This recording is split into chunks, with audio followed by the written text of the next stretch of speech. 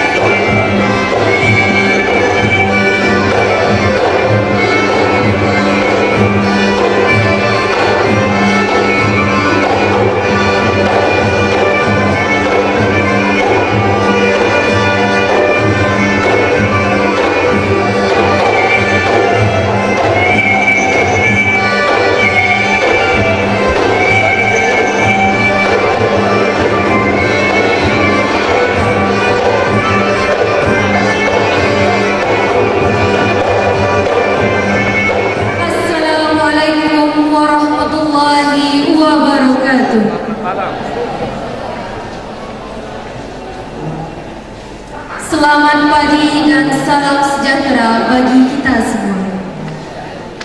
Yang terhormat Wakil Wali Kota Dumai, Bapak Haji Dr. Agus Widayat MM.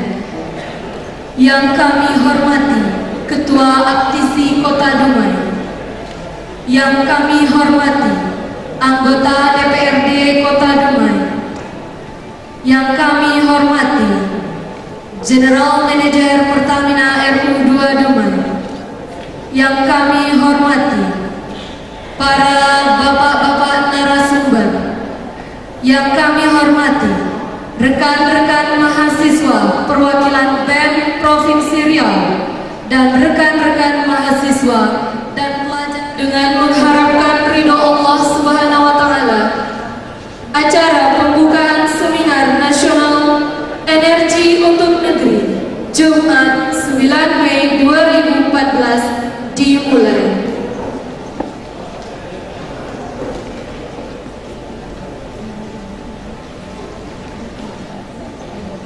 Hadirin yang berbahagia, mendayung sampan ke Pulau Rupan, tidak lupa membawa galah. Mengharapkan acara mendapat berkat, bersama kita berdoa kepada Allah. Kita masuki acara berikutnya. yaitu pembacaan doa yang akan disampaikan oleh Bapak Rashidi SAG MPDI. Assalamualaikum warahmatullahi wabarakatuh.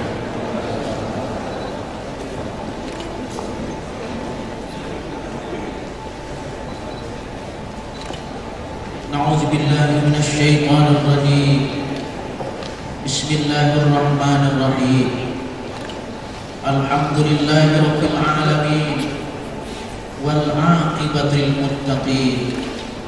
Wassalatu wassalamu ala asyrafil anbiya'i wal mursalin wa ala alihi wa ashabihi ajma'in. Allahumma shalli wa sallim wa barik fil jasadi wa ziyadatan fil ilmi wa barakatan fil rizqi wa taubatan qabla al-maut wa rahmatan 'indal maut wa maghfiratan ba'dal maut. Allahumma qulubana ba'da idh hadaitana wa hab lana min ladunka rahmah innaka antal wahhab. Rabbana atina fid dunya hasanah wa fil akhirati hasanah wa qina adzabannar wa qina adzabal qubur wa qina adzab yaumil mahsyar. Subhana rabbika rabbil izzati amma yasifun wa salamun alal mursalin walhamdulillahi rabbil alamin. Laporan Ketua Panitia Penyelenggara. Selanjutnya laporan dari Ketua Panitia Penyelenggara yang akan disampaikan oleh Bapak Rudi Harlan. Kepada beliau disilakan. Warahmatullahi wabarakatuh. Salam energi. Yang terhormat Bapak Wakil Wali Kota, yang terhormat Bapak Ketua APC Kota Dumai, yang terhormat ataupun yang mewakili Bapak Kapolres Kota Dumai, yang terhormat para anggota DPRD, yang terhormat Bapak para pimpinan kampus dan seluruh sivitas akademis Kota Dumai, dan yang kami hormati para narasumber, dan yang paling kami banggakan adalah sahabat mahasiswa dan pelajar SMA sederajat dan beserta undangan yang hadir pada hari ini. Izinkan kami menyampaikan laporan terhadap kegiatan hari ini. Nama kegiatan ini adalah Seminar Nasional Energi untuk Negeri dengan tema Bangkitkan Energi Negeri demi Ketahanan Energi Nasional. Tujuan acara yaitu menumbuhkan kepedulian mahasiswa dan pelajar Kota Dumai terhadap energi, menanamkan budaya berpikir ilmiah kepada mahasiswa dan pelajar Kota Dumai sebagai bagian dari upaya mencerdaskan kehidupan bangsa. Dengan target yaitu masyarakat khususnya generasi muda lebih memahami peran energi terbarukan dan juga dalam melaksanakan upaya-upaya kepedulian terhadap energi. Dengan target juga generasi muda berpartisipasi aktif dalam konservasi energi dimulai dari daerahnya masing-masing dengan berlandaskan kearifan lokal. Sasaran Seminar Nasional Energi Negeri ini diikuti oleh peserta individu yang berstatus sebagai mahasiswa dan SMA sederajat Kota Dumai dan juga pelajar maupun mahasiswa dari beberapa kabupaten ataupun kota madya tetangga seperti dari Pelalawan, dari Pekanbaru, dan ada juga dari Bekalis. Di sini keynote speaker pada acara ini yaitu Bapak Ugan Ganda, namun di sini diwakili oleh Bapak Nopri dengan materi nasionalisasi migas demi ketahanan energi nasional.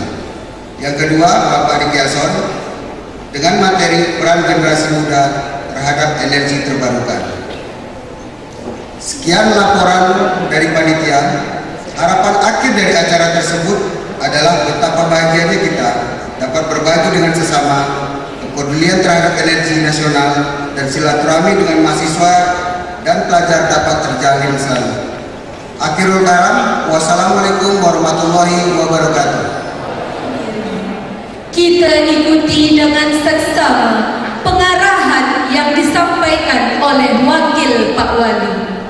Acara selanjutnya, sambutan dan pengarahan Wakil Wali Kota Dumai, Bapak Haji Dr. Agus Widayat MM. Kepada beliau kami jemput, kami persilahkan sekaligus membuka acara seminar nasional energi untuk negeri.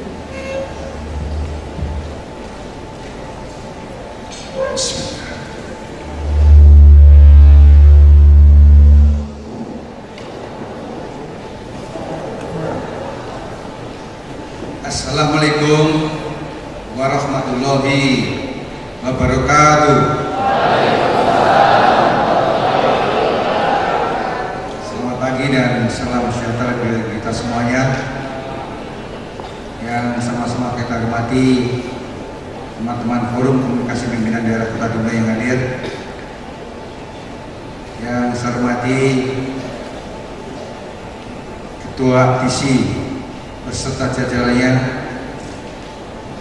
kemudian yang saya hormati CN Pertamina beserta jajarannya,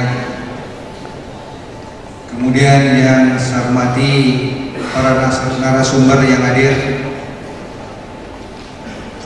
kemudian yang saya hormati dan yang saya banggakan adik-adik yang bergabung di dalam formasi, formasi. Kemudian para peserta, hadirin hadirat yang berbahagia. Tak jadinya kami panjatkan puji dan syukur kehadirat Allah SWT, Tuhan Yang Maha Esa, bahwa pagi hari ini kita masih diberikan kesempatan kesehatan dalam rangka Seminar Nasional Energi untuk Energi. Selawat dan salam selalu kita sampaikan kepada junjungan besar kita Nabi Muhammad SAW. Allahumma Muhammad Muhammad. Bapak Ibu, adik-adik yang berbahagia, yang pertama saya memberikan suatu apresiasi kepada adik-adik kita yang bergabung di dalam formasi yang ada di Kota Dumai. Mungkin beri aplaus dulu.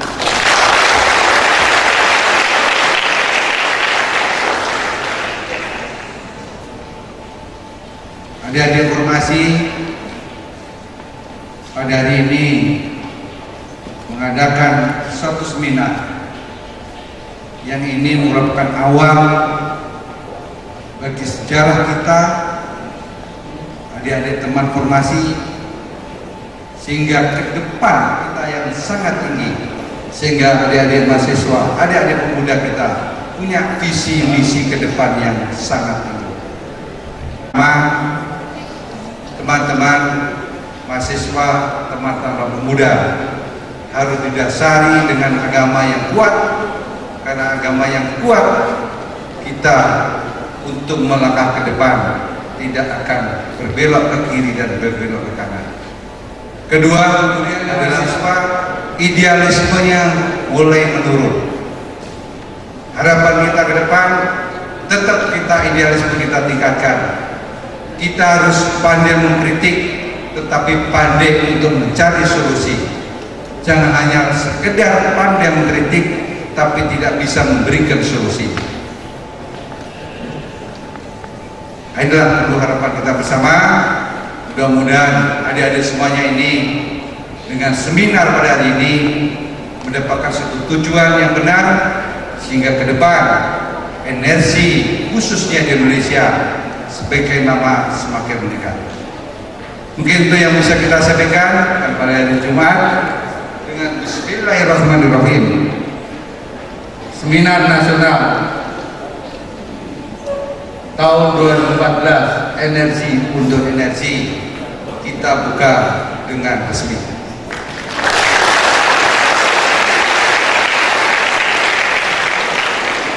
Mudah-mudahan apa yang kita lakukan ini mendapatkan ridho dari Allah SWT. Mungkin itu yang bisa kita sampaikan. Terima kasih. Assalamualaikum warahmatullahi wabarakatuh.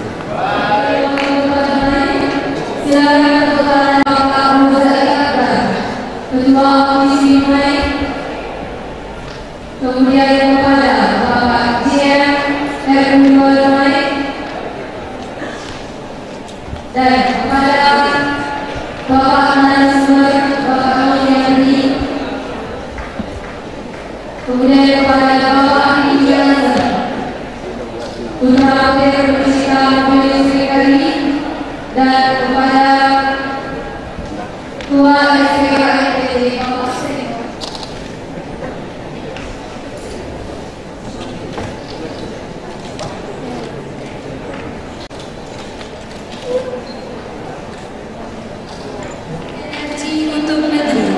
Jumat 9 Mei 2014, dan sebentar lagi akan kita lanjutkan dengan acara inti kita, yaitu Seminar Nasional Energi untuk Negeri bersama para keynote speaker handal yang akan dipandu oleh moderator kita, Bapak Deki Alberto. Alhamdulillahirabbil alamin. Allahumma sholli ala sayyidina Muhammad wa ala ali sayyidina Muhammad. Puji syukur kehadirat Allah Subhanahu wa taala, Tuhan yang Maha Esa, karena hanya berkat, berkenan dan kasih sayangnya juga, maka kita dapat berkumpul di tempat yang berbahagia ini.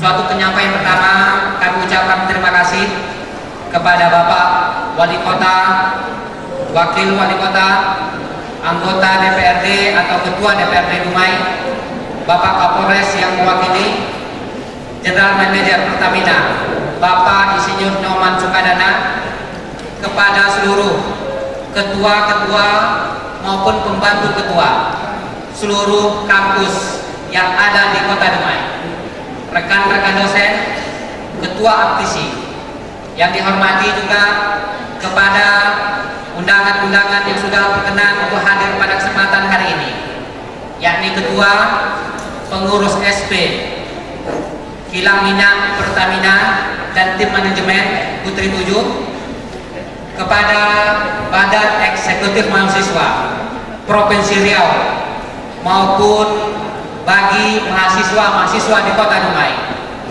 kepada ketua dan pengurus BEM kampus-kampus yang ada di Kota Dumai, mahasiswa-mahasiswa dan pelajar-pelajar yang sudah menyempatkan kesediaan kita untuk mendengarkan suatu paparan materi yang harus dapat kita aplikasikan ke depan dalam hidup dan kehidupan ini untuk kebangkitan nasional. Pada kesempatan pertama dari seminar nasional ini, maka pertama saya akan memperkenalkan diri saya. Saya bernama Deki Alberto SHMM, dengan aktivitas harian yakni sebagai ketua pengurus Yayasan Pesantren Al-Falah, dan juga pada kesempatan ini saya berprofesi sebagai advokat atau lawyer di Kota Dumai. Pada kesempatan yang berbahagia ini, pemateri atau pembicara dalam kesempatan seminar nasional, yakni dalam suatu seminar yang berujung kepada ketahanan energi nasional kita, telah hadir bersama-sama kita. Yang pertama, pembicara Bapak Novendriandri ST. Beliau merupakan Sekretaris Jenderal Federasi Serikat Pekerja Pertamina Bersatu, di mana di dalam kesempatan ini bertempat tugas di Pertamina Pusat, dan pada kesempatan yang berbahagia ini telah berada di tengah-tengah kita. Beliau bertempat tanggal lahir di Padang 7 November 1967, domisili sekarang di Tangerang, pendidikan terakhir sarjana teknik elektro, tempat tugas di Pertamina Pusat, dan jabatan beliau adalah Senior Officer External Relation. Selamat datang, kami ucapkan kepada Bapak.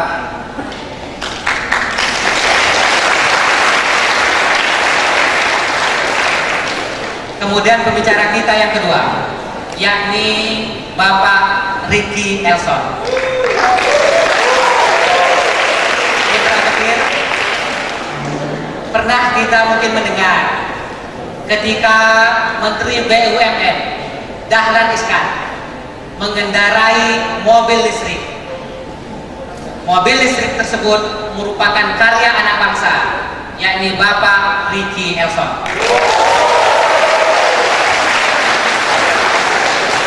Beliau bertempat tanggal lahir kebetulan juga dari Padang, 11 Juni 1980. Alamat domisili terakhir di Padang, dan pendidikan terakhir adalah S2 Teknik Mesin, Polytechnic University of Japan.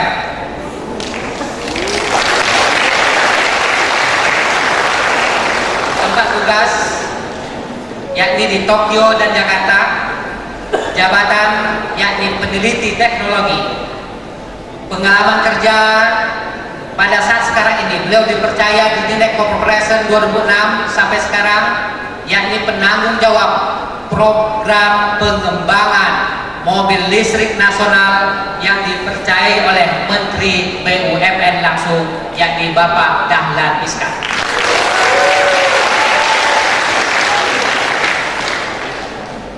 Pada kesempatan hari ini, mungkin karena Jumat yang membatasi kita, maka sebenarnya panitia sudah berupaya bagaimana dapat dijadikan hari Sabtu atau hari Minggu, akan tetapi dengan ketersediaan waktu yang mungkin dimiliki terutama oleh pembicara-pembicara seminar nasional ini, maka terpaksa diadakan pada hari Jumat. Dengan demikian, maka kita akan menyelesaikan kegiatan seminar nasional ini pada jam 11.30. Akan tetapi kami meyakini yang harus kita aplikasikan pada pertemuan yang sangat penting dan sangat berharga ini adalah komunikasi dua arah dari peserta-peserta seminar, adik-adik mahasiswa dan pelajar, untuk terjadi suatu flashback tanya jawab kepada pemateri-pemateri kita hari ini.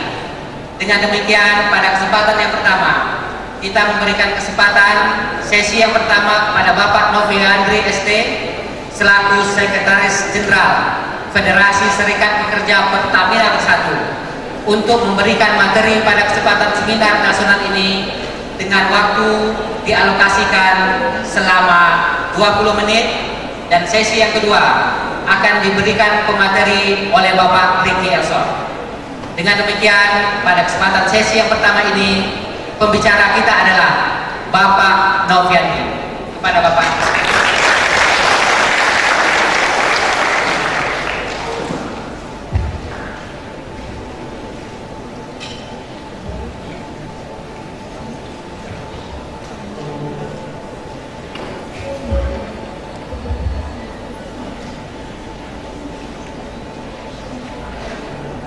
Assalamualaikum warahmatullahi wabarakatuh. Selamat pagi dan salam sejahtera bagi kita semua.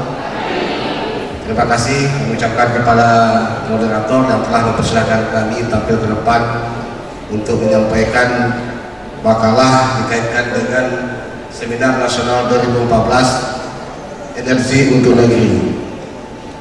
Tema yang ditangkap nasionalitas demi ketahanan energi nasional. Nanti sedikit dalam paparan selanjutnya akan ada beberapa koreksi karena kita akan melihat bagaimana kaitan antara ketahanan energi dengan kedaulatan energi. Kata bahwa akan mencoba membagi 4 kelompok, 4 fase perjalanan industri migas di negeri kita yang kita cintai ini. Peran itu tidak bisa lepas dari peran Pertamina yang ditunjuk berdasarkan ketentuan undang-undang di negeri Republik kita ini. Pada era tersebut disebutlah era monopoli nasional. Pertamina memainkan peran yang sangat penting dalam membangun negeri ini. Ini bisa kita lihat pada tahun 62 saat kita berjuang merebut gambaran hampir 40% lebih dana atau biaya yang kita perlukan selama kepemimpinan Orde Baru. Proyek-proyek pembangunan negeri baik jangka panjang, menengah dan pendek menggunakan dana Pertamina. Sebab APBN sangat mengharapkan kontribusi atau mungkin kita melihat begitu strategisnya peran perusahaan migas pada saat memerintahkan Pertamina untuk memenuhi kebutuhan tersebut, tetapi dananya menjadi tanggung jawab Pertamina yang akan pada saatnya akan diganti oleh pemerintah. Hampir 6 tahun piutang itu belum menyatakan waktu terminasi kontraknya. Kita tidak bicara masalah nasionalisasi seperti yang digambar-gambarkan oleh beberapa pihak, seakan-akan kita nasionalisasi itu artinya kita anti asing. Tidak. Beberapa pengamat politik yang melihat kondisi seperti ini mengatakan kita tetap membutuhkan asing, tetapi mereka berada di bawah kontrol dari negara anak bangsa kita. Saat kita diskusi ini lebih tergali lagi, lebih dalam. Demikian yang dapat saya sampaikan. Wabillahi taufiq wal hidayah. Assalamualaikum warahmatullahi wabarakatuh. Men-setting acara ini agar adik-adik mahasiswa dan adik-adik siswa dari beberapa sekolah menengah atas di Kota Dumai berkumpul di acara ini. Tadi juga sudah dipaparkan oleh Mas Budi, tujuan dari acara ini adalah untuk mengenalkan kepada adik-adik tentang tanggung jawab kita sebagai generasi muda pada ketahanan energi di negeri ini. Tadi juga Pak Novi juga telah menjelaskan bagaimana selama ini kita bergantung sekali kepada migas, sehingga lebih dari 70% energi kita selama ini disupport oleh migas. Namun kita tidak bisa bergantung kepada migas saja. Tadi juga sudah dipaparkan dan berulang kali kita dijelaskan di kampus, di sekolah, oleh guru kita, oleh orang tua kita, bahwa kita akan menghadapi krisis minyak dan gas. Oleh karena itu saya akan memaparkan untuk yang berikutnya, makalah berikutnya tentang peran generasi muda terhadap energi terbarukan. Kemudian tidak lupa juga saya mengucapkan salam hormat saya kepada bapak-bapak, ibu-ibu dan orang tua yang telah hadir di sini. Dan saya minta waktu, mungkin saya berharap sebenarnya tidak cukup 30 menit untuk memaparkan ini. Saya akan mencoba untuk menyampaikan esensi supaya maksud dan kedatangan adik-adik datang ke sini dapat membawa manfaatnya setelah pulang nanti. Mohon beri waktu saya sehingga saya selesai menyelesaikan pemaparan ini. Baiklah, langsung saja. Seminar nasional dan diskusi terbuka energi untuk negeri saya mulai dengan tema energi dengan tema peran generasi muda terhadap energi terbarukan. Pertama, bicara tentang energi, ada dua hal yang perlu kita perhatikan. Yang pertama adalah penyediaan energi tersebut, kemudian penggunaan energi tersebut. Dan berbicara energi terbarukan, ini kita dalam hal penyediaan dan hal penggunaan pun masih sangat minim sekali. Oleh karena itu, silakan diikuti. Saya akan memaparkan sedikit tentang energi terbarukan yang ini akan dipelajari. Kemudian berbicara tentang energi angin sekalipun. Energi angin, pembangkit listrik tenaga angin ini tidak lain tidak bukan adalah dengan tenaga angin kita memutar baling-baling, dan baling-baling ini akan memutar generator sehingga nanti akan terjadi pembangkitan listrik. Jadi di sini ada adik-adik yang perlu ingat keywordnya, bahwa di sana ada prime mover, apakah itu turbin, uap, apakah itu baling-baling, dan kemudian ada istilah generator atau pembangkit listriknya. Kemudian kita lihat tadi. Dan berikutnya yang juga tidak kalah terkenal adalah sekarang ini kepala Batantek kita, Bapak Yudi Utomo, yang menguasai teknologi. Di Indonesia itu ada namanya LIPI ya, dan ada namanya BPPT dengan jumlah peneliti yang ribuan. Tapi kenapa negara ini tetap gagal? Ini apa penyebabnya? Mengapa kita belum mampu menjadi bangsa yang mandiri? Ada salah satu yang dari Dumai.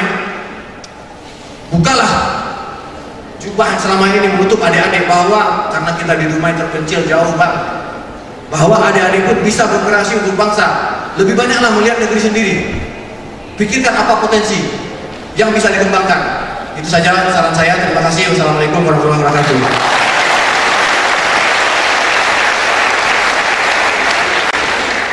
Jadi dengan demikian, sebelum kita nanti selesainya acara ini lebih kurang jam 11.30, maka nanti akan kita lanjutkan dengan sesi tanya jawab. Akan tetapi sejenak sebelum kita nanti memasuki tahapan sesi tanya jawab, maka akan disimpulkan secara sekilas pemaparan materi yang telah disampaikan oleh pemateri kita pada hari ini dalam kegiatan seminar nasional ini. Dari apa yang disampaikan oleh Bapak Noviandri ST, di mana beliau memaparkan bahwa Pertamina sebagai salah satu BUMN yang bertanggung jawab, yang diberikan tugas mengelola migas di Indonesia, maka Pertamina dulu dan sekarang pada prinsipnya terbagi dalam 4 fase perjalanan industri migas, di mana fase yang pertama dari tahun 1952 sampai 1957, di mana pada saat itu hanya terdapat 2 perusahaan asing, yaitu Starvat dan Shell. Dan yang kedua, fase tahun 1957 hingga 1998, di mana pada masa Orde Baru ini, di mana adanya era monopoli nasional, dalam konteks ini Pertamina memberikan kontribusi 60% bagi APBN kita. Akan tetapi di dalam perjalanannya dalam fase yang ketiga, di tahun 1998 hingga tahun 2001, maka blok-blok migas yang besar diserahkan kepada asing. Dan dalam konteks perjalanannya di dalam undang-undang migas, maka industri migas menjadi suatu bentuk investasi pasar bebas di dalam pengelolaannya, dan akhirnya 80% dalam suatu realita kenyataannya pada saat sekarang ini ladang-ladang minyak Indonesia masih dikelola oleh perusahaan-perusahaan asing. Dalam konteks perkembangan dalam fase selanjutnya di tahun 2001 hingga pada saat sekarang ini, hulu dan hilir tetap dikuasai oleh perusahaan asing, dan dapat dikatakan bahwa keuntungan terhadap pengelolaan, maka kita mendapatkan suatu hal yang sangat minus sekali. Dengan demikian, dalam konteks perjalanan pengelolaan migas Indonesia, maka diharapkan bahwa undang-undang migas ini dapat menyentuh terhadap aspek dari pasal 33 Undang-Undang Dasar Republik Indonesia, bahwa sesungguhnya bumi, air, dan kekayaan alam yang terkandung di dalamnya, maka hendaknya dapat digunakan sebesar-besarnya guna mewujudkan kemakmuran rakyat Indonesia. Dan dari pemaparan yang kedua yang telah disampaikan oleh Bapak Ricky Elson, maka sebagai generasi muda, beliau mengingatkan kepada kita semua bahwa Indonesia harus mewujudkan generasi muda yang ilmuwan. Karena pada saat sekarang ini Indonesia belum mampu untuk menjadi negara yang mandiri. Mengutip dari apa yang disampaikan oleh Mr. Honda Soichiro, bahwa orang-orang yang berhasil yakni adalah orang-orang yang tidak pantang menyerah. Dengan demikian, maka untuk menang, maka pilihlah jalan yang terbaik.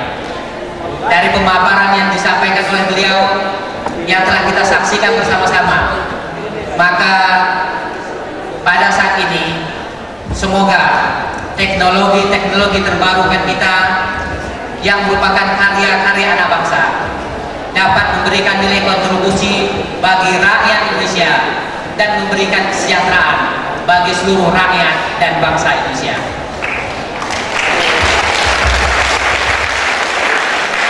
Baiklah, sekarang kita akan memasuki sesi tanya jawab. Kami nanti akan memberikan kesempatan kepada para audiens seminar, peserta seminar nasional ini. Dan dalam termin yang pertama ini, kami memberikan kesempatan 4 penanya, yakni 2 penanya dapat disampaikan, ditanyakan kepada Bapak Nofriandi, dan 2 pertanyaan kepada Bapak Ricky Elson. Dengan demikian kepada panitia untuk dapat memegang mikrofon untuk kita serahkan kepada penanya.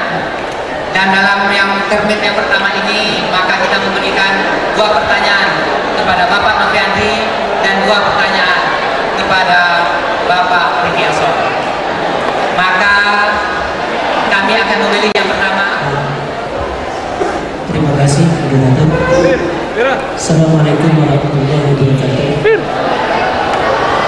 Kami mohon untuk pertama disebutkan identitas kita, Pak. Jadi demikian nanti yang lain juga untuk menyebutkan identitas terlebih dahulu. Terima kasih. Nama saya Zulkifli Zain, dosen dari Akademi Pertanian Sipil Bungai. Yang pertama saya tunjukkan pada, ini bukan pertanyaan untuk pembicara yang pertama. Tadi Bapak sudah sampaikan bahwa ketahanan energi nasional dari Pertamina sendiri sudah melalui 4 tahapan. Tahapan pertama 1945 sampai 57 dikuasai oleh asing.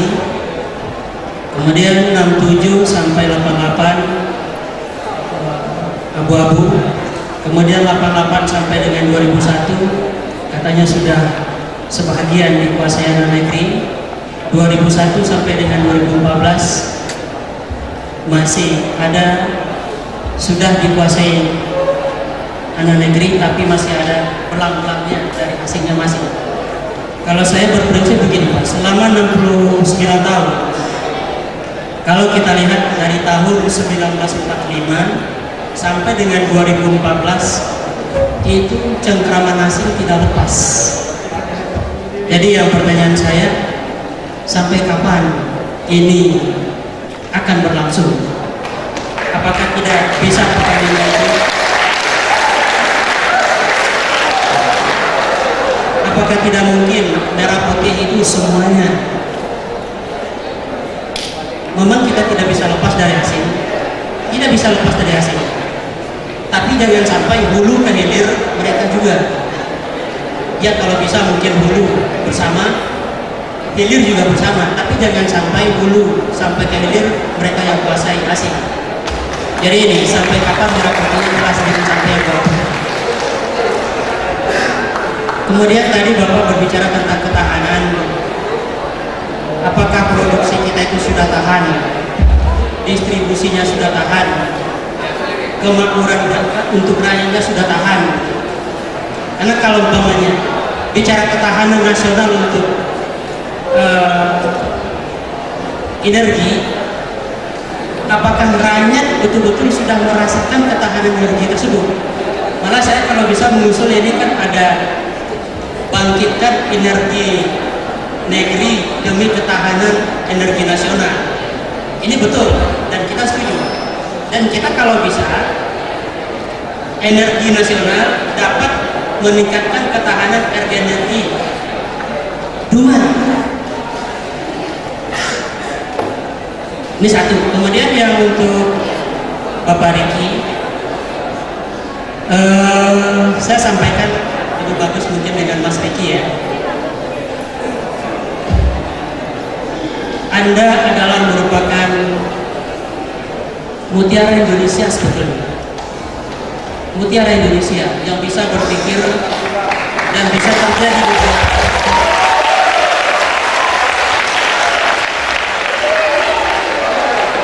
Mutiara Indonesia yang masih jelas warnanya merah putih.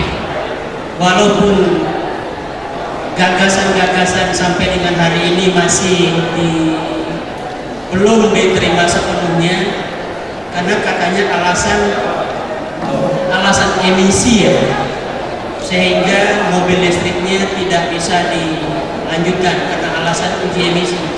Sebetulnya mungkin alasannya dicari-cari secara politis sehingga tidak bisa dikembangkan. Tapi jangan patah arang, Pak Ricky. Banyak yang dahulu yang sudah menciptakan untuk negeri ini, tapi mereka tidak diterima. Bahkan mereka hidup di negara orang dan memberikan kontribusi yang sangat besar sekali untuk mereka. Di antaranya Bapak Habibie, dengan berbagai gagasan dengan dirgantaranya. Kemudian ada yang saya baca juga, itu katanya pada tahun 1935 Indonesia sudah membuat pesawat oleh putra-putri Indonesia, tapi akhirnya gagasan tersebut hilang. Dan jadi Pak Riki dan Pak Arang, kalau umpamanya sekarang di mobil listrik tidak diterima, mungkin bisa dikembangkan rekayasanya ke teknologi pertanian, karena listrik dan kalau tidak diterima di mobil karena mungkin ya benturan temboknya terlalu besar, kita tidak bisa bercerita juga banyak di sini. Politisnya juga berat, karena kalau umpamanya mobil kita ciptakan, itu artinya ratusan produksi mobil luar negeri akan tetap menghambat, kita tidak akan bisa produksi. Dulu sudah ada mobilnya Timor, ada Menggala, ada Cakra, gagal juga. Sekarang ada mobil listrik, gagal lagi. Sampai kapan? Merah putih dalam mobil ini akan berkembang. Mas Riki jangan patah arang, saya doakan mudah-mudahan tetap berkembang.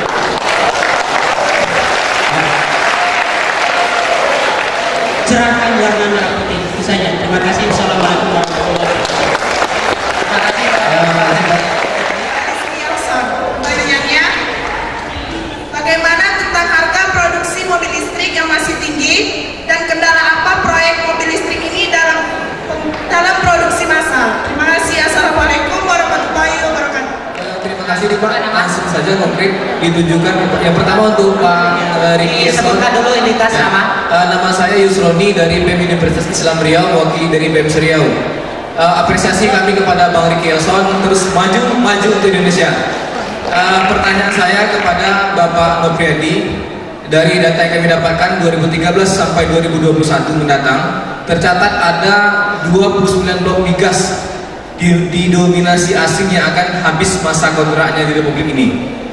Berbicara nasionalisasi aset, tak akan pernah luput dari dasar negara kita seperti yang disampaikan oleh moderator tadi, tertuang dalam Undang-Undang Dasar 45 pasal 33 yang menyebutkan cabang vital yang menguasai hajat hidup orang banyak dikuasai oleh negara dan diperuntukkan untuk kesejahteraan rakyat Indonesia. Sedikit contoh kami ambil di Riau sendiri Pak, seperti yang dipaparkan juga tadi dari Cepron. November 2013 kemarin ada 2 blok migas yang habis masa kontraknya, itu Blok Siak dan Blok Kampar. Itu diambil alih oleh BUMN, kita di sini Pertamina. Sedangkan Pemprov Riau sudah membentuk BUMD, Badan Usaha Milik Daerah, yakni Riau Petroleum, yang tentunya ketika BUMD diberikan kepercayaan pasti disupport oleh investasi ataupun investor untuk mendukung program dari BUMD ini. Data yang kami dapatkan juga dari Biro Ekonomi Riau, produksi minyak CPP Blok Siak itu saja saat ini mencapai 2.500 barel per hari, dan masih banyak sumber bor yang belum dieksploitasi. Menjadi pertanyaan kami, yaitu sejauh mana pemerintah Indonesia mewujudkan dan melaksanakan Undang-Undang 1945 pasal 33 tersebut terkait dengan nasionalisasi aset-aset asing. Bapak menyatakan tadi kita itu bukan untuk menasionalisasi aset, tidak perlu asing. Tapi di sini tegaskan bahwasanya dalam Undang-Undang Nomor 22 Tahun 2001 membuka keran liberalisme sebesar-besarnya untuk kejahatan migas ini. Nah, yang kami tegaskan kembali, sejauh mana pemerintah Indonesia dalam hal ini Pertamina ataupun BUMN mengelola aset-aset asing tersebut. Itu yang pertama. Yang kedua, sejauh mana menurut pandangan Bapak kesiapan dari BUMD yang ada di katakanlah tadi Blok Hakam Kalimantan, di Riau itu ada BUMD juga, sejauh mana dalam pengelolaan aset migas di Riau, sementara Riau memiliki perusahaan daerah tersebut. Kita sadari 40% lebih mungkin aset migas ini dari Riau untuk pusat, tapi kenyataannya seperti apa? Kami di Riau seperti apa? Seperti ayam dimati lumbung padi Pak. Itu yang kami rasakan. Kawan-kawan BEM Riau dan juga BEMC dan BEM lainnya menuntut hal demikian. Nah, ini kejujuran Bapak saja, tidak usah berbicara data, tapi konkret saja. Terima kasih. Saya perwakilan dari SMA YKPP Dubai. Saya ingin bertanya kepada Bapak Noviandri. Langsung ke pertanyaan saja ya Pak. Bagaimana upaya yang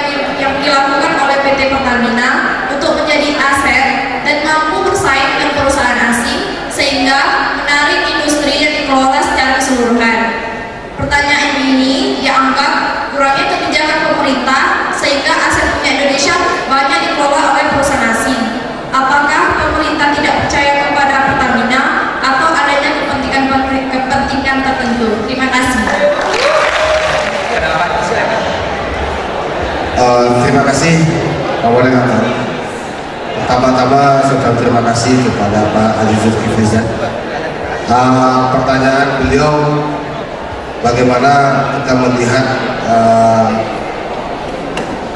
sampai kapan penguasa asing maju menjadi suatu ekonomi yang kuat, menjadi negara yang besar apabila dia menguasai setidak-tidaknya 3. Pertama, Indonesia itu berdaulat secara ekonomi. Kedua, Indonesia itu berdaulat dari sisi pertanian.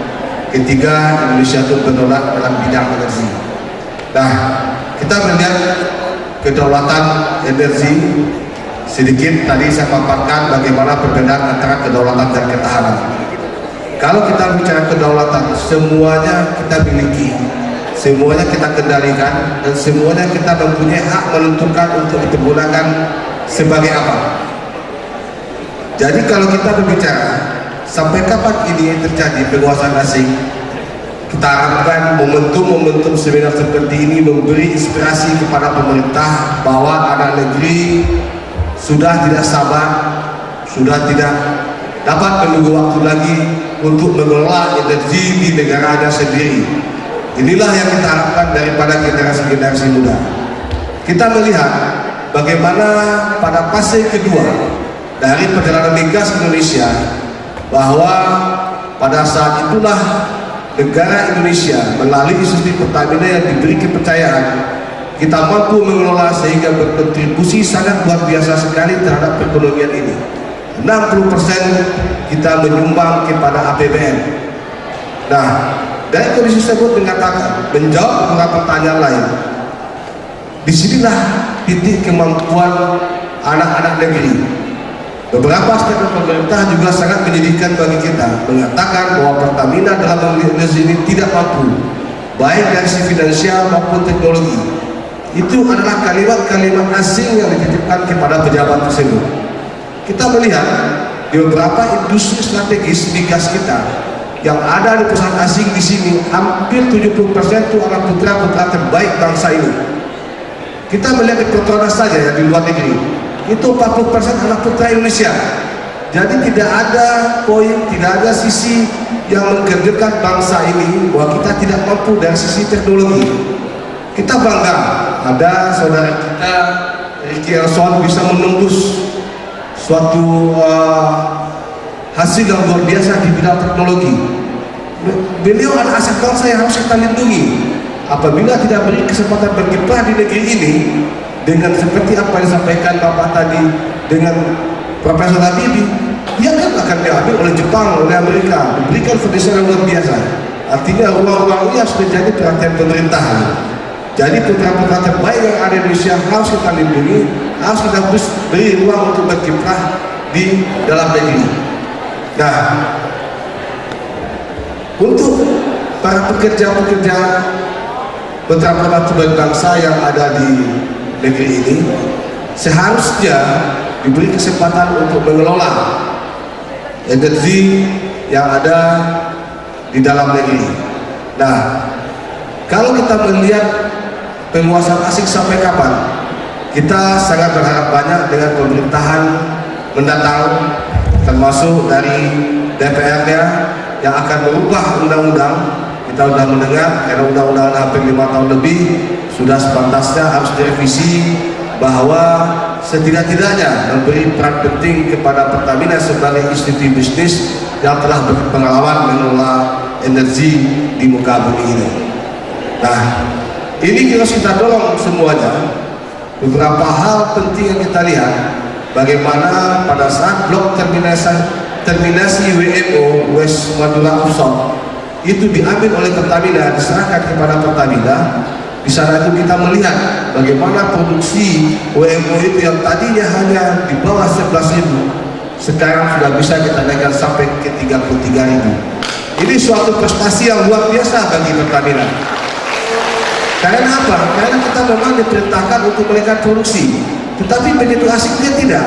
Tadi disampaikan bahwa asing menempatkan Pertamina, menempatkan Indonesia sebagai tangki minyak mentahnya, dan dia akan ambil pada saat kapan dia perlukan. Kemudian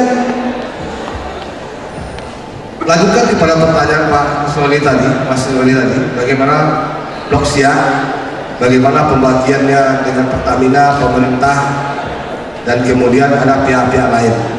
Di sini sebenarnya belum ada keputusan blok siang itu akan diserahkan kepada Pertamina. Kita belum melihat. Memang dalam masa vakum selama 6 bulan itu pemerintah menyerahkan ke Pertamina untuk tetap melanjutkan kegiatannya di sini. Nah, hal ini bisa kita lihat bahwa Pertamina dijadikan beban pada saat terjadi kekosongan pengelolaan minyak. Nah, kita berharap bagaimana nantinya sepenuhnya dikembalikan kepada Pertamina, kita bisa mengelola itu lebih baik. Nah, di sini peran BUMD kita tidak bisa kita pisahkan dengan BUMN. BUMD adalah perusahaan milik daerah yang juga milik bangsa ini. Cuma persoalan sekarang, untuk ikut kita bagi hasil dalam suatu sistem pengelolaan minyak, maka kita harus melakukan investasi.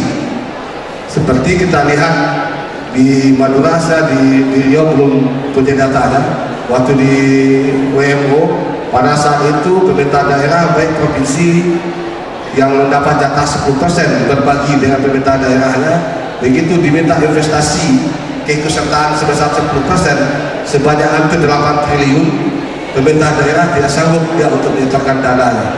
Artinya apa di sini? Apabila itu disetorkan, seluruh APBD daerah itu masuk ke sana, sehingga perekonomian kegiatan usaha yang lain akan menjadi macet.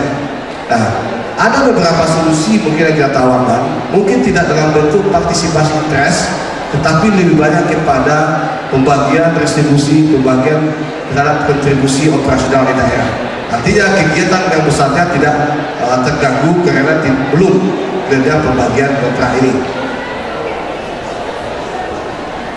Kemudian seterusnya pertanyaan dari Mbak tadi, saya tidak dapat mencatat namanya. Bagaimana upaya PT Pertamina dalam mengelola minyak ini? Seperti yang sudah kita utarakan, Pertamina tetap berkomitmen dengan merubah beberapa visi, misi, dan beberapa nilai budaya yang kita anut. Kita berkeyakinan dapat mengelola ini semua. Kalau soal pemerintah tidak percaya kepada Pertamina, ini kami melihat tidak ada alasan. Dari pasien tadi kita lihat bagaimana Pertamina pernah sukses dalam mengelola minyak, tetapi memang kita tidak bisa hindarkan bahwa minyak adalah persoalan politik internasional. Kita melihat beberapa negara yang selalu berada dalam kekacauan peperangan, di mana ada campur tangan Amerika, di situ pasti ada minyak. Kenapa kita tidak melihat, tidak pernah mendengar bagaimana terjadi peperangan antar suku di Afrika sana, Amerika tidak masuk? Karena memang sana tidak ada minyak. Begitu minyak itu ada di sana, mereka akan campur tangan. Beberapa negara Eropa yang menggantungkan energinya kepada energi konvensional pasti akan terlibat di sana. Nah, bagaimana cara asing untuk mengerjakan Pertamina? Dia masuk melalui Undang-Undang Nomor 22 Tahun 2001 tadi, di mana pemerintah harus menjalankan hal tersebut. Kemudian supaya ini menjadi lebih bagus, kita akan lakukan perubahan undang-undang. Kemarin memang sudah kita lakukan judicial review. Kita berharap kepada DPR RI termasuk pemerintahan mendatang untuk dapat betul-betul menempatkan migas bukan sebagai komoditas biasa. Migas harus dilindungi oleh undang-undang yang sangat spesialis. Demikian yang dapat saya jawab. Ya, kepada Bapak Kiason kami persilakan. Langsung saja saya jawab dua pertanyaan tadi. Yang pertama tentang mobil listrik, bahwa memang benar bahwa selama ini Indonesia telah mencoba mengembangkan timur, kancil dan segala macamnya, dan bahwa juga perjuangan Pak Habibie dan teman-teman yang membangun negeri ini sangat besar kontribusinya. Tapi tetap saja kita dihadapkan pada kenyataan semuanya itu tertaruh, dan begitu juga dengan kondisi yang saya alami sekarang. Tapi satu pesan yang saya ingin sampaikan kepada adik-adik di sini, bahwa hambatan itu bukan membuat kita menyerah. Seperti yang disampaikan tadi juga, bahwa ketika mobil listrik saya untuk sementara ini terhambat, saya tidak berbicara ini dihambat, karena bagi saya ini hanya ketidaksiapan kita saja untuk menerima sebuah teknologi. Sama seperti ketidaksiapan bangsa Indonesia menerima teknologi dari Pak Habibie berupa teknologi pesawat terbang. Tinggal bagaimana kita menyiapkan. Mengenai mobil listrik, bagi saya itu bukanlah jawaban untuk setahun atau 2 tahun mendatang, tapi untuk Indonesia 20, 25 tahun, 30 tahun mendatang. Jadi itu bukan berarti perjuangan kita selesai karena terhenti.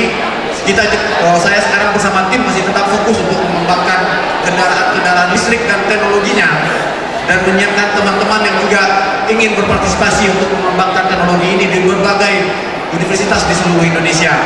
Dan untuk pengembangan teknologi lainnya pun tetap kami gagas dan kami lakukan. Terus untuk pertanyaan kedua mengenai harga mobil listrik, benar, logikanya seperti ini. Kalau kita berbicara mobil listrik sekarang ini, coba Anda bayangkan kalau Anda mau makan bakso, bikin bakso seenak yang paling enak di Dumai, beli di kantinnya dengan harga 10.000 atau 15.000, coba bikin satu porsi dengan rasa seenak itu, apakah harganya akan menjadi murah atau mahal? Mahal. Karena apa? Karena baru satu unit. Karena apa? Produksi massal ini pastinya akan memurahkan teknologi. Jadi sebenarnya potensi-potensi untuk mengembangkan itu masih ada, dan itu juga tidak membuat saya menyerah, dan saya berharap juga adik-adik tidak menyerah. Terima kasih. Assalamualaikum warahmatullahi wabarakatuh. Terima kasih dari apa yang sudah dipaparkan pertanyaan dari materi kita. Karena terbatasnya waktu, jadi kami hanya memberikan satu pertanyaan terakhir kepada Bapak Riki Arsul dan Bapak Panitia. Kalau Panitia diberikan. Pak, ini Pak. Sosialisasi hasil apa yang mereka tawarkan? Satu lagi, kalau seandainya BUMN mengambil migas di Indonesia ini, apa efek sampingnya jika Indonesia melakukan desentralisasi aset sebesar-besarnya di dunia internasional? Itu sekian, terima kasih. Pertanyaan terakhir, nasional ini baik dari Bapak Nofri Andri maupun dari Bapak Riki Arsul, Pak ya. Jadi nanti bisa dikopikan Pak sama video ya. Jadi materi yang diberikan oleh Bapak Nofri Andri maupun Riki Arsul nanti akan disoftcopy oleh panitia, dan panitia bagi peserta-peserta seminar semuanya nantinya dapat menghubungi atau meminta.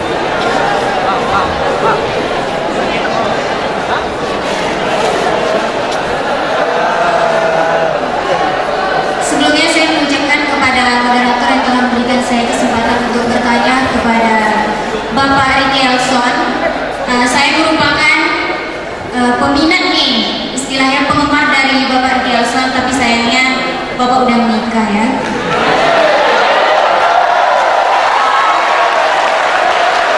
Baiklah, langsung saja ke pertanyaan. Tadi kan Bapak Riki mengatakan bahwasanya kalau kita ingin menciptakan sesuatu itu harus berasal dari imajinasi, dan imajinasi itu juga harus berkembang melalui kreativitas dan dilanjutkan dengan hobi. Jadi tidak lucu nih Pak, jikalau misalnya hobi saya memasak, alih-alih saya berpikir besok saya mau menciptakan mobil lah. Jadi kan nggak lucu kan Pak. Jadi saya juga tahu bahwasanya Bapak udah berkecimpung ke listrik, jadi Bapak udah paham untuk menciptakan sesuatu ya, terutama dari mobil gitu. Jadi yang ingin saya pertanyakan, apakah ada nih Pak metode untuk kita mengembangkan imajinasi menurut Bapak sendiri, dan berdasarkan tema yang telah Bapak sampaikan, yaitu peran generasi muda terhadap energi terbarukan. Yang saya ketahui, energi terbaru ini merupakan energi yang berasal dari alam, yaitu yang berkelanjutan. Contohnya tenaga surya, tenaga angin, dan panas bumi. Jadi saya pernah membaca di situs Google bahwasanya dipersingkat aja. Jadi yang ingin saya pertanyakan, apa ada efek dari energi terbarukan dari energi akan dilakukan? Kita sebagai negara hukum, bahwa kita paham sekali apabila terjadi suatu kontrak, apa itu dengan perusahaan atau perusahaan dengan suatu negara, maka kita harus menghormati kontrak tersebut. Jadi dalam konteks nasionalisasi kita melihat bahwa untuk kegiatan aset-aset minyak, aset-aset kegiatan eksplorasi yang telah habis masa kontraknya atau terminasi itu sesuai dengan ketentuan perundang-undangan akan dikembalikan kepada negara dan kemudian negara akan menyerahkan kepada industri nasional. Tentunya dalam hal ini Pertamina. Nah, kita tidak bisa melakukan kegiatan nasionalisasi seperti yang dilakukan oleh beberapa negara karena justru ini akan membuat posisi kita secara politik negara luar menjadi sulit. Jadi begitu. Jadi apabila untuk kontrak-kontrak yang sudah terminasi itu pemerintah harus mengambil alih kemudian diserahkan kepada industri nasional untuk dikelola lebih lanjut. Dalam peraturan pemerintah ada waktunya untuk minyak industri minyak yang telah terminasi seperti kita lihat blok Mahakam. Blok Mahakam itu kita lihat tahun 2017 habis, 5 tahun sebelum dia berakhir pemerintah sudah dapat menawarkan kepada perusahaan nasional. Kenapa 5 tahun? Ini kesempatan bagi perusahaan tersebut untuk melakukan persiapan. Persiapannya baik dari sisi investasi maupun dalam pengembangan kegiatan eksplorasi tersebut. Jadi begitu cara kita untuk melakukan kegiatan nasionalisasi. Jadi artinya tidak seperti yang dilakukan Bursa Fest, tidak seperti yang dilakukan yang selalu menjadi pahlawan minyak dan negara yang mana dia mengambil aset tersebut secara langsung. Nah, tadi sudah kita lihat dikaitkan dengan bagaimana secara internasional kita tetap menghukum azas kontrak. Tadi saya mengatakan bahwa dalam kegiatan ini kita menasuk satu aset, artinya kita tidak anti asing karena dunia sudah terbuka lebar. Kita bisa melakukan kerjasama dengan asing, tetapi kerjasama itu adalah antara perusahaan dengan perusahaan. Kalau sekarang kerjasama betul-betul itu adalah negara dengan perusahaan. Apabila terjadi war prestasi, di sini negara bisa digugat, negara bisa bangkrut. Nah, ini yang terjadi pada saat ini. Bagaimana kontrak dilakukan oleh BP Migas dengan perusahaan asing sesuai dengan undang-undang lama 8 tahun 2001 itu kontraknya dengan Pertamina. Apabila terjadi war prestasi, makanya persoalan misalkan antara perusahaan dengan perusahaan, negara tidak tersentuh, negara tidak dibebani akibat persoalan hukum terhadap kontrak migas yang sudah dilaksanakan.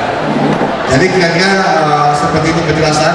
Kemudian dikaitkan dengan BUMD, apabila sudah dikembalikan kepada negara, ini kan bisa kita atur sesama anak negeri ini. Apa itu BUMD itu adalah bentuk bisnisnya. Nah, tetapi dalam bentuk bisnis memang kalau kita berbicara partisipasi interest PI, maka peserta atau yang terlibat di sana harus mengeluarkan dana untuk support dalam kegiatan itu. Nah, ini kadang-kadang kesulitan bagi BUMD, di mana APBN-nya akan sangat terkuras untuk kegiatan investasi di bidang migas. Demikian dari Bapak Noviranti. Dan terakhir menjawab pertanyaan dari rekan mahasiswa kepada Bapak Hegianson, silakan.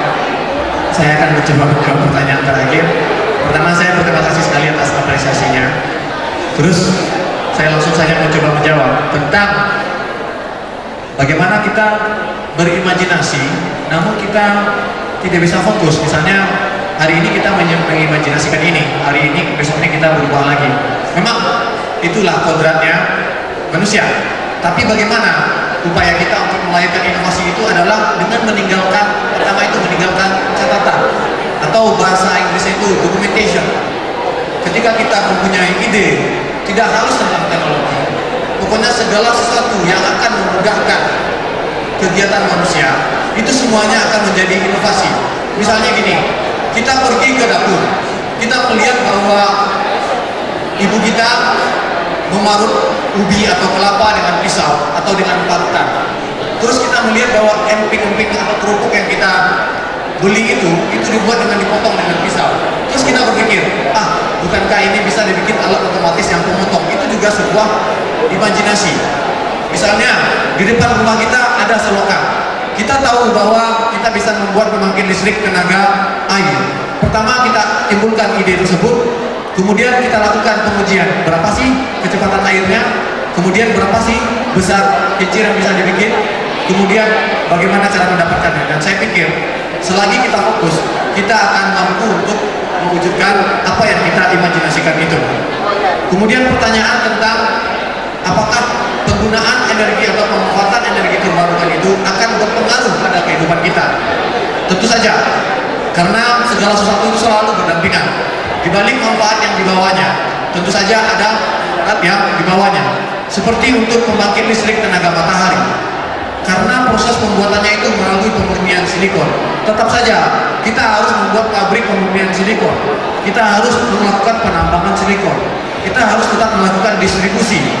Tapi tugas kita sebagai manusia adalah bagaimana meminimalisir dampak dari teknologi ini terhadap kehidupan manusia dan bagaimana mengambil manfaat yang secukupnya dan tidak berlebihan. Mungkin itu saja jawaban dari saya. Untuk lebih detailnya nanti silakan nanti via email atau setelah acara ini ada yang masih ingin bertanya, silakan secara langsung. Dan karena waktunya juga sudah panjang, saya akhiri acara ini dengan Assalamualaikum warahmatullahi wabarakatuh.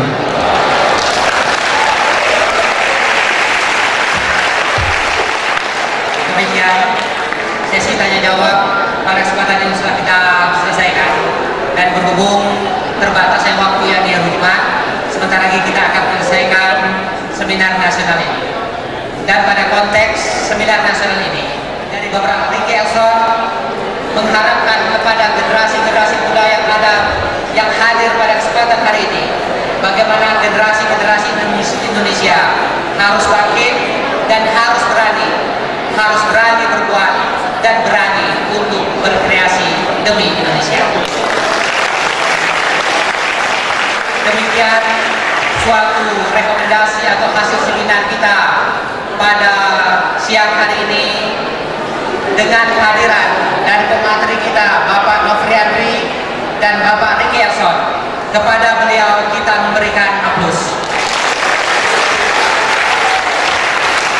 Dan yang kedua, kita memberikan aplaus kepada panitia yang sudah memberikan suatu kontribusi terbaik.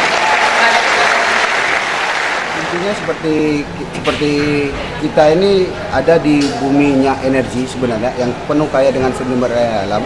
Jadi kita ingin memacu ataupun menggali minat-minat ataupun kepedulian terhadap generasi muda, baik itu mahasiswa ataupun pelajar. Jadi disinilah intinya kita harus membuat acara ini untuk membangkitkan rasa kepedulian terhadap mahasiswa dan pelajar. Ya. Target lain selain itu apa kayak gitu? Target kita yaitu untuk memperkenalkan juga terhadap energi-energi terbarukan. Nah, di sini kita undang Uda Riki, kalau kita panggil sebagai anak akrabnya, yaitu kita undang sebagai pemacu ataupun pemicu semangat generasi muda kita ini untuk peduli kepada energi. Apa yang bisa kita sampaikan, Imam? Dan poin-poin inti yang tentang seminar ini apa nih?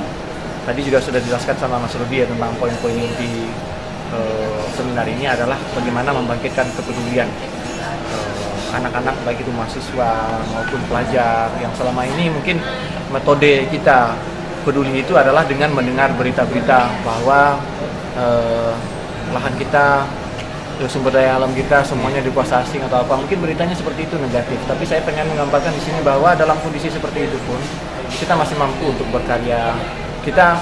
Bukan kita menghujat kondisi seperti itu. Bagaimana caranya kita membangkitkan kepercayaan diri kita untuk mampu mengelola sumber daya alam, termasuk terutama yang terbarukan tadi. Karena kita sudah tahu bahwa untuk ketergantungan kita terhadap migas itu sudah sangat tinggi sekali, dan saya juga tidak akan berkomentar tentang migasnya. Saya hanya mengajak adik-adik di sini ini untuk kembali pada kodratnya sebagai pelajar yang mempelajari ilmu pengetahuan untuk memanfaatkannya dengan berkarya, bahwa kita punya angin yang bisa diambil energinya, punya air sungai yang bisa juga diambil energinya, punya matahari yang bisa diambil energinya, punya geotermal, dan semua itu hanya bisa diraih dengan teknologi. Jadi saya hanya sebagai pengingat kembali kepada adik-adik ini pada mimpi-mimpi masa kecilnya dulu untuk membangun Indonesia, itu aja. Terkait dengan mobil listrik yang kita Pak Riki produksi sendiri, itu kan tidak diterima oleh pemerintah dengan alasan bukan, begini. Memang dalam pemberitaan itu kesannya tidak diterima pemerintah, tapi pemberitaan seperti itu hanya menyebabkan pembenturan. Jadi alangkah lebih baiknya pemberitaan itu adalah seperti ini. Sebenarnya pemerintah kita belum siap saja untuk menyiapkan regulasi, perundang-undangan, penyiapan teknologi, dan penyiapan sokongan. Di berbagai sisi, baik itu universitas juga melakukan riset dan penelitiannya tetap lanjut. Dan di pemerintahan juga menyiapkan undang-undang. Cuma saat ini semuanya belum bisa bersinergi saja. Bukannya kita dibentur-benturkan, wah Riki Elson dihambat sama pemerintah, nggak seperti itu. Apa yang membuat motivasi Pak Riki Elson ini untuk memproduksi mobil listrik itu sendiri, Pak Riki? Itu bukan motivasi saya, itu motivasi dunia semuanya. Karena di luar negeri sana itu mobil listrik itu udah satu kelaziman, di mana Nissan dengan Nissan Leaf-nya, terus Mitsubishi dengan iMIF-nya, dan Toyota pun sendiri sudah mempunyai konsep mobil listrik yang sudah matang sejak dahulunya. Tapi mereka beranjak dulu dengan teknologi hybrid. Tapi yang jelas, ini semua akan menjadi pasti. Kan kita melihat kenyataan sekarang ini hampir 90% kendaraan kita itu adalah kendaraan BBM, dan itu semuanya dikuasai atau semuanya adalah produk asing. Dan ini berbicara bukan bicara mobil listriknya, kebangkitan industri kita. Dan tentu saja ini tidak mudah dan membentuknya bukan setahun 2 tahun, tapi akan memakan waktu puluhan tahun. Tapi kalau kita tidak mulai sekarang, 20 tahun lagi kita akan menyesal, itu saja. Apakah dalam waktu dekat ini ada rencana untuk pengembangan lebih lanjut lagi? Oh iya, bukan waktu dekat ini. Saya sampai sekarang ini pun perjanjian saya ketika pertama diajak Pak Dahlan pulang, beliau meminta saya untuk mengembangkan mobil listrik. Saya juga bicara di media pun ke beliau pun bahwa pengembang mobil listrik ini memang sulit, teknologinya memang banyak sekali, tapi komitmen kita, komitmen pemerintah pun itu akan mengembangkan sejauh 20 tahun, 30 tahun ke depan dan continue, dan saat ini masih tetap mengembangkan. Cuma apakah itu di-openkan atau tidak, itu udah kebijakan dari pemerintah nantinya, karena itu juga menyangkut kesiapan kita untuk melakukan sinergi antara pemerintah dengan Pak Riki sendiri sebagai istilahnya pemandu pembuatan mobil listrik ini. Ke depan aspek-aspek seperti apa yang harus, langkah-langkah seperti apa yang akan banyak langkah-langkah yang telah kita kerjakan. Misalnya dari pihak Kemendistek menghubungi para pengembang mobil listrik untuk duduk bersama, membuat konsorsium, misalnya konsorsium pengembangan teknologi baterainya, konsorsium pengembangan teknologi mesin mobil listrik itu sendiri, misalnya mesin yang disebut dengan electric motor, dan mengajak BUMN terkait yang mampu melakukan industrialisasi perangkat-perangkat tersebut. Sekarang ini udah ada Pindad yang udah mampu membuat mesin mobil listrik, udah ada LEN yang mampu membuat kontrolernya, udah ada PT Nipres yang membuat baterainya. Walaupun sekarang ini masih dalam tahap awal, tapi saya yakin bahwa jika ini diteruskan ya akan bagus untuk kita. Assalamualaikum warahmatullahi wabarakatuh.